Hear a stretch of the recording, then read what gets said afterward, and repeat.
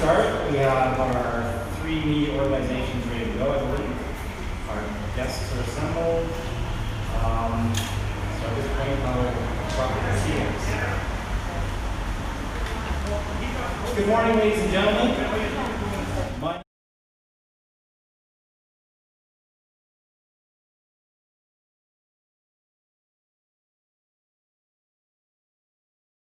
Station 345 to acknowledge an important partnership between Toronto Fire Services and First Alert Canada.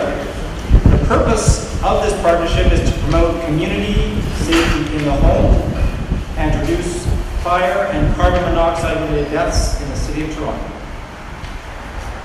First Alert has generously donated 300 smoke and carbon monoxide alarms for distribution to vulnerable residents, especially seniors, in a neighborhood in the City of Toronto where residents may struggle financially or otherwise to have these important life safety devices in their homes.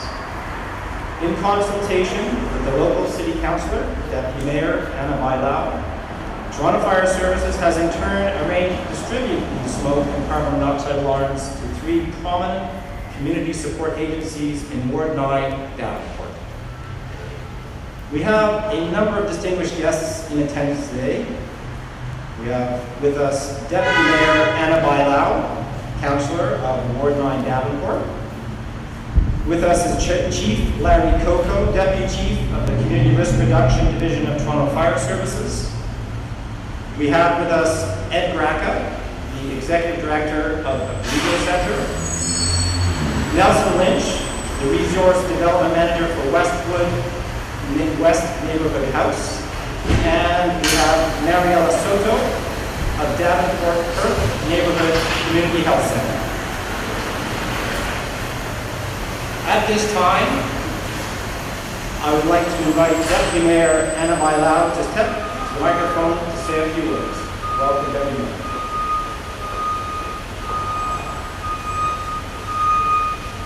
Thank you so much.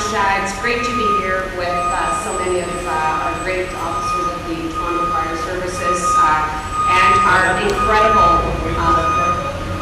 Let us back in. Yeah, let us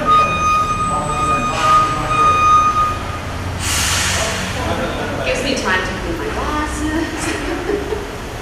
I'm going to leave him outside so I can bring it back. Rerun. There we go. Okay.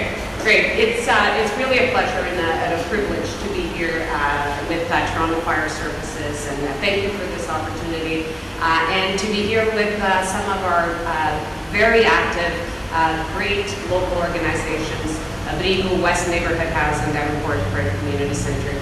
Thank you so much for all you do day in and day out in our community. And thank you to First Alert Canada for the generous donation of the 300 fire alarms. This week is Fire Prevention Week across our country, and it is an opportunity to remind us all of the importance of fire prevention and safety measures in our homes. This year, the theme of Fire Prevention Week is Serve Up Fire Safety in the Kitchen. So I thought it was very appropriate. Fire safety in the kitchen and in our homes is, of course, advice that we should follow at the best of times.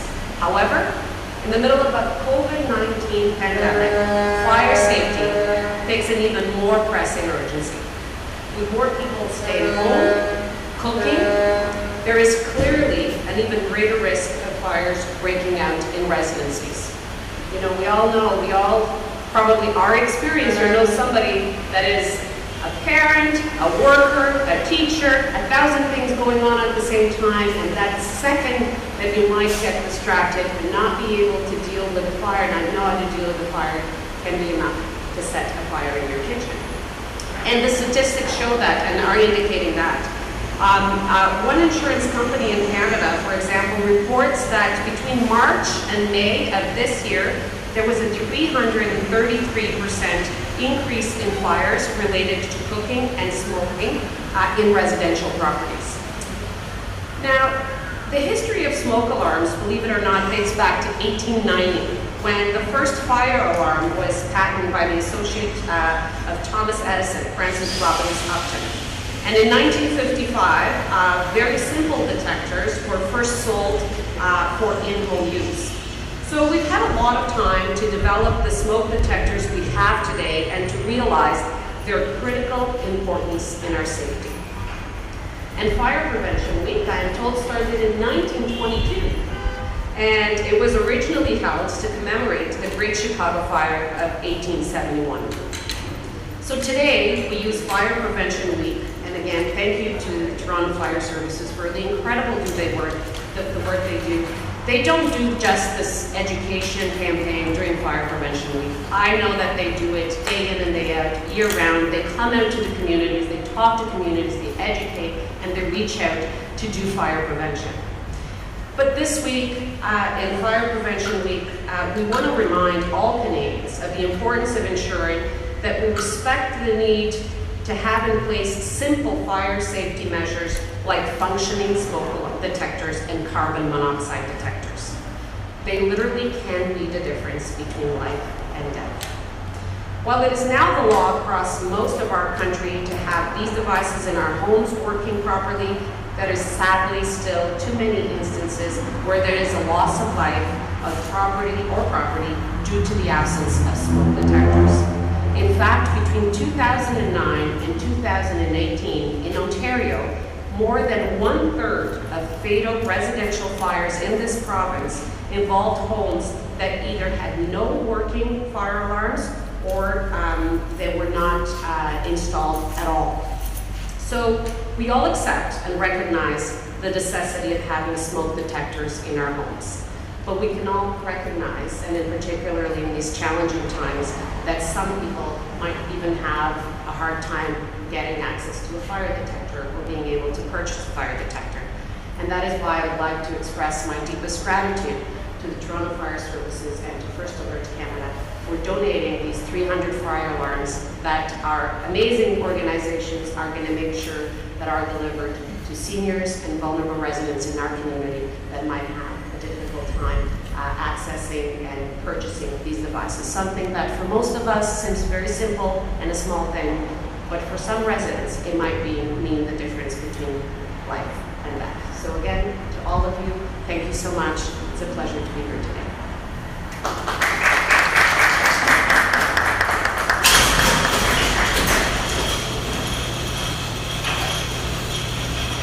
Thank you, Deputy Mayor, for those kind words. We couldn't have done that ourselves. At this time, we would like First Alert to say some words. Unfortunately, the manufacturing company who generously donated these devices are not able to attend today. I will read some comments on their behalf. First Alert is extremely grateful to the Toronto Fire Services, the City of Toronto, and all partnering organizations joining forces for today's event. Our team sends our most sincere regrets for not being there in person today. We all share the same mission of ensuring home fire safety for the entire community and are very happy to be able to provide a donation of life-saving alarms for the vulnerable neighborhoods and communities of Toronto. And that is on behalf of Priscilla Way, Director of Marketing at First Alert.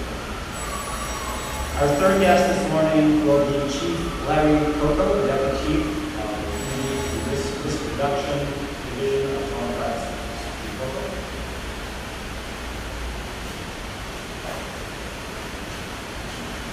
Thank you, District Chief Crutchfield. Thank you, Deputy Mayor Pyle, for being here today and representatives from our community partners.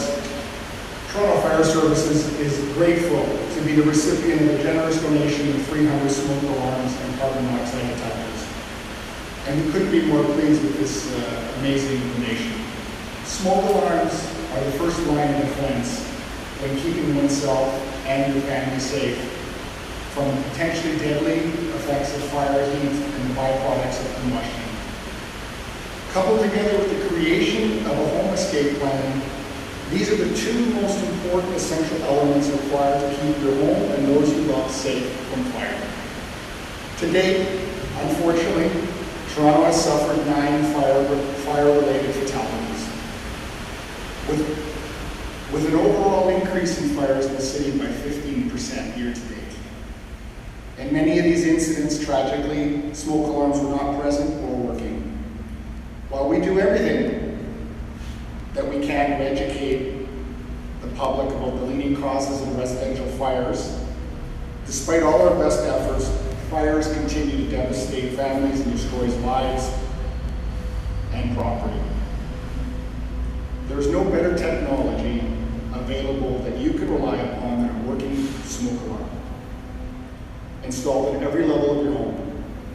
Tested monthly and replaced when they expire, you can help to ensure that everyone under your roof sleeps safely at night and ensure that they will be awoken in the event of a fire. We are encouraged by our partners at First Alert, who continue to see the fire safety needs in our Toronto communities and respond to those needs through these types of generous donations. In turn, we are pleased to be able to gift these smoke alarms to 3 Toronto organizations that do outstanding work. The Abrigo Center, the West Neighborhood House, and the Davenport Perth Neighborhood Community Health Center will be aiding the efforts of Toronto firefighters and public educators by helping to distribute First Alert smoke alarms throughout the community. Through this joint venture, we are better able to reach out to provide protection to those homes that need it the most. Thank you for aiding our efforts and continuing to protect Toronto neighborhoods and families. On a side note, the amazing women and men of the Public Education Division annually, as Deputy Viola mentioned, continue to spread the fire safety messages. And they're unsung heroes because the messaging that they give to the community in many incidences prevents a fire from occurring. And we don't hear about those fires in the media because they're doing their job in conveying the message, and our goal is to not hear about fires because the outcome is first line of defense, is public education. Let's prevent fires from occurring. So thank you everyone for coming today.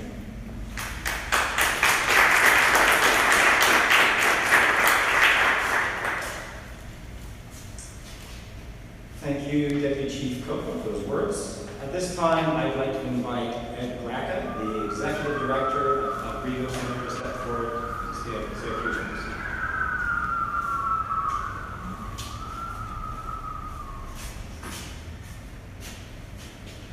Thank you very much, everyone. It's an honor and a privilege certainly to be here representing the organization, Abrigo Center, a charity that's been operating in Davenport now for 30 years, helping the most vulnerable citizens, low income, and people who otherwise wouldn't know where to turn to for help. Other than, of course, your office, Mayor Deputy Mayor by now. I wanted to thank, of course, the Deputy Fire Chief, Larry Coco, and the Fire Services Department for this incredible donation. I assure you, and I'd like to assure and thank First Alert Canada as well, I know they don't have a representative here today, that I will personally do everything that is within my power to get these detectors out to the most vulnerable. It might be a difficult task because during any given year, last year we served almost 7,000 residents in this area. Over 1,000 of them were vulnerable seniors, largely from the Portuguese-speaking community. We offer youth outreach services in the local schools all around you with an anti-bullying, anti-violence message, just to give you an idea of the scope of our services.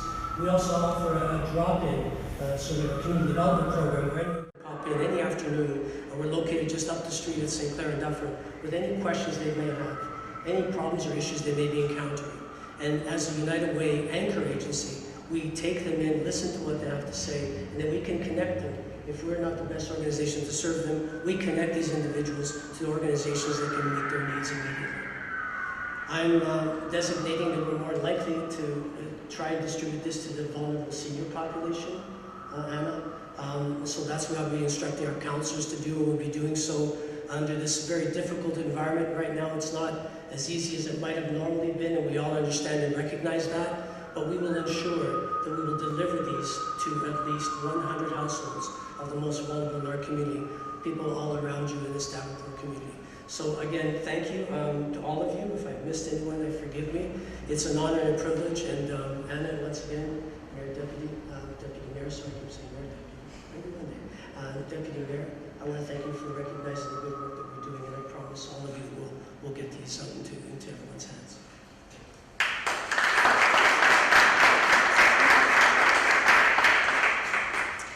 Thank you, Ed.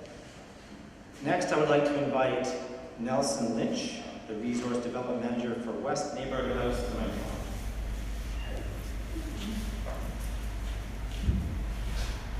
Thank you, Chief Ashwell, and thank you to Chief Coco, and also to Deputy Mayor Angelou and the office to First Alert for the donation of these smoke alarms, and to all the personnel of Fire Station 345 for hosting this event.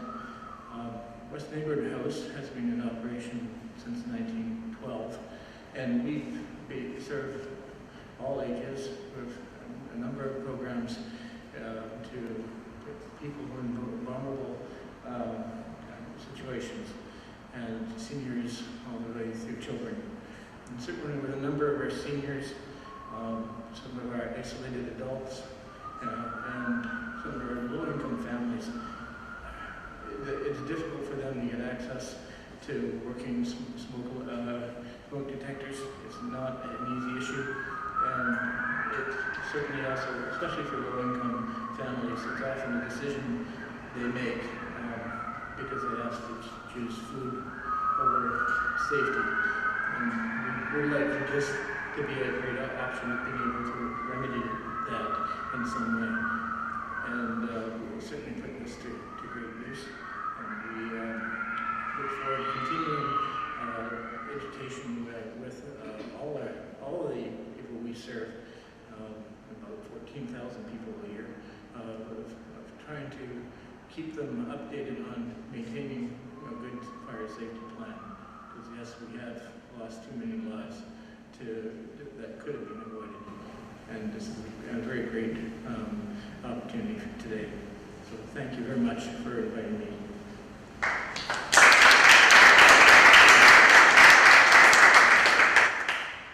Thank you, Nelson.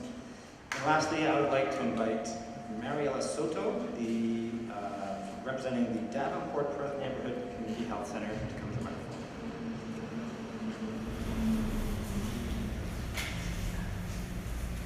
Hi everyone, thanks for this invitation. It's a privilege to be here. I want to thank Deputy Mailao and everyone. We want to make sure that this smoke detector get to the community with a need. At Davenport, we have been working to adapt the different programs to the new changes since the pandemic have changed all our program, indoor programs, but still we are outreaching and making the services that are working properly for our community. At Davenport, we offer programs for all ages, children, adults, seniors, and the seniors are the ones who have been very in the homeless community impacted. We still are offering our twice meals, and we have been serving the seniors through different ways, through telephone calls, through Zoom, any virtual contact, and so we're still there. We have changed our ways of offering the program, but we're still working hard to make sure that the community is served and we are connected. And again, thanks to everyone, and it's a privilege to be here today. Thanks.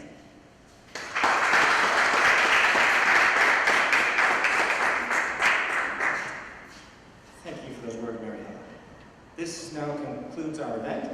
I would like to thank everyone for attending today in support of a very important safety initiative for the residents of Ward 9 Davenport. At this time, I will invite the media to take any photos and speak individually with our guests. Thank you all for coming.